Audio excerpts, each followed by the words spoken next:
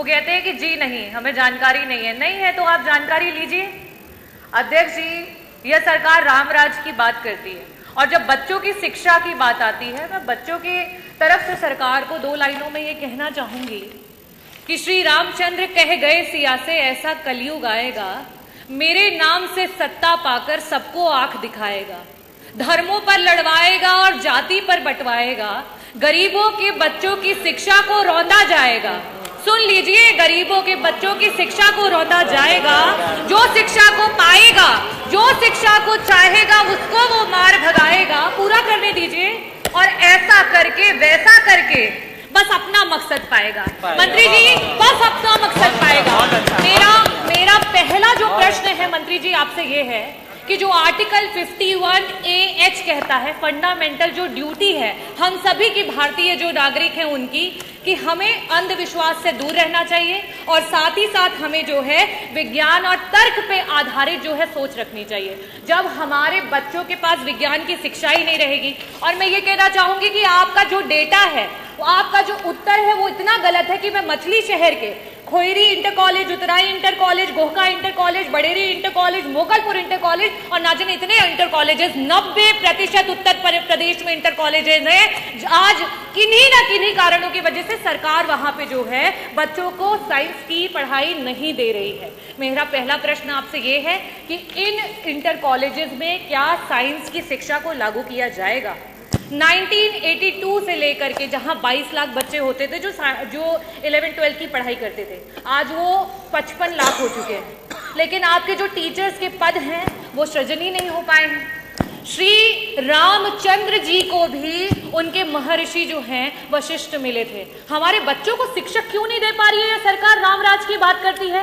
मेरा दूसरा बड़ा सटीक प्रश्न आपसे ये रहेगा कि 2017 से लेकर के अभी तक जितने भी हमारे प्रिंसिपल्स रिटायर हुए थे, इंटर कॉलेजेस में एक भी प्रिंसिपल नहीं पहुंच पाए। मंत्री जी, उनको पहुंचाने का काम करेंगी। विभिन्न जो हमारे क्षेत्र हैं उनके जो है टीचर्स नहीं अवेलेबल है, उनको पहुंचाने का काम करेगी। यहां तक कि इंटर कॉलेजेस में ग्रुप डी स्टाफ नहीं है, आउटसोर्सिंग पे नहीं है, परमानेंट तो दूर की बात है, क्या उनको वापस से देने का काम करेंगे?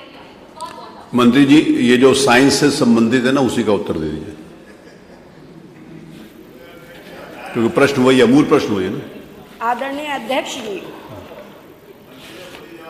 सम्मानित सदस्य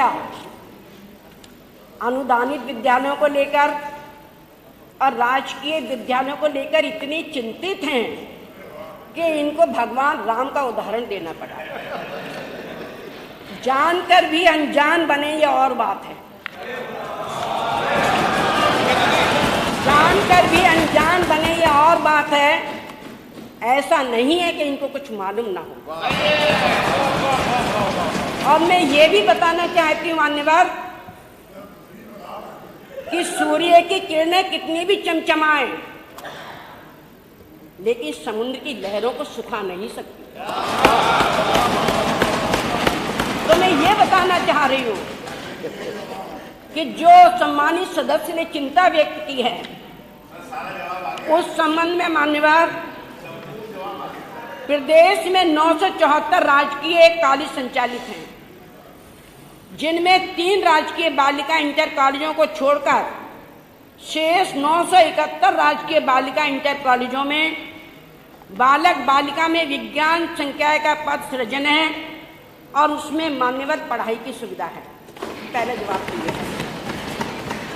दूसरा, मान्यवर प्रदेश में 487 अनुदानित इंटर कॉलेज संचालित हैं, जिसमें 2683 अनुदानित इंटर कॉलेजों में विज्ञान संकाय की पढ़ाई की सुविधा उपलब्ध है तथा 1404 अनुदानित इंटर कॉलेजों में विज्ञान संकाय